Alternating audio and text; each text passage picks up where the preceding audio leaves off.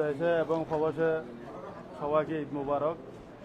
আজকে খুশির দিনে আমাদের অনেকেই প্রবাসের থেকে আজকে শুধু ঈদের নামাজ পড়ার জন্য আমাদের এলাকায় আসছে।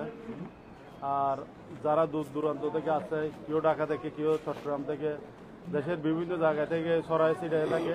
শুধু এই ঈদের মধ্যেই আমরা ইনশাল্লাহ সবাই একত্রিত হই, পারিবারিকভাবে, সামাজিকভাবে, বন্ধুত্ব, আত্মীয়তা। এই দিনটার মধ্যে আমরা বেশিরভাগ খোঁজখবর নিই। ইনশাল্লাহ আমরা 30টা যে রোজা রাখছি, আমরা আল্লাহর কাছে ইয়া করবো আগামী বছরও আমরা সুন্দর করি, ঠিকঠাক মতো আমরা, আল্লাহ যেহেতু সুস্থ রাখে, আগামী বছর আমরা 30টা রোজা ইনশাল্লাহ রাখবো। এই রোজার ফজিলত, এই রোজা হলো আমাদের একটা আল্লাহর নিয়ামত। এই রোজার মধ্যে মনে করেন একটা বদর দিবসও আছে, যেটা আমাদের ইসলামের সূচনা 17 রমজানে।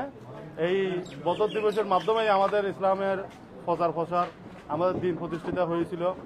তো সেই ক্ষেত্রে তো আমরা বলবো যে এই রমজানকে আমরা 30 রমজানে আমরা যে আমলগুলা করছি, সেই আমলগুলো ধারাবাহিকভাবে আমরা আরো 11 মাস করতে পারি মতো, তাহলে ইনশাল্লাহ আমরা দুনিয়া এবং আখিরাতে আমরা অনেক সম্মানিত হব, অনেক কল্যাণকর হব। যদি আমরা রমজানের যেই আমলগুলো করছি সেগুলো ধারাবাহিক যদি আমরা ফজরের নামাজ ঠিক রাখি, রমজানে যে আমরা দান সদকা করছি সেভাবে ছোট হোক, বড় হোক, অল্প হোক, বেশি হোক, কিন্তু আমরা যদি ধারাবাহিক আমরা যদি ইনশাল্লাহ করি, তাহলে সেক্ষেত্রে আমাদের জীবন আরো আলোকিত হবে, আমাদের মন্দির নরম হবে, আমাদের নিজের ভিতর থেকে হিংসা বিদ্বেষ চলে যাবে।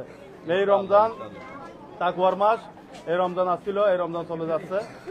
এই রমজান আমরা যদি আল্লাহ যদি বাঁচে রাখে, আমরা এখানে আগামী রমজানে আমরা থাকবো। অনেকে দেখা যায় যে আল্লাহ যদি যার হইয়ত নাই, যার ইয়া নাই, কার মত কিভাবে হয় আল্লাহ ছাড়া কেউ জানে না।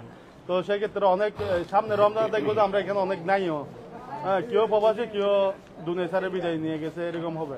তো এটাই আমরা মাদ্রাসা যুব উন্নয়ন পরিষদের পক্ষ থেকে মাদ্রাসাবাসীকে ঈদ মুবারক জানাচ্ছি।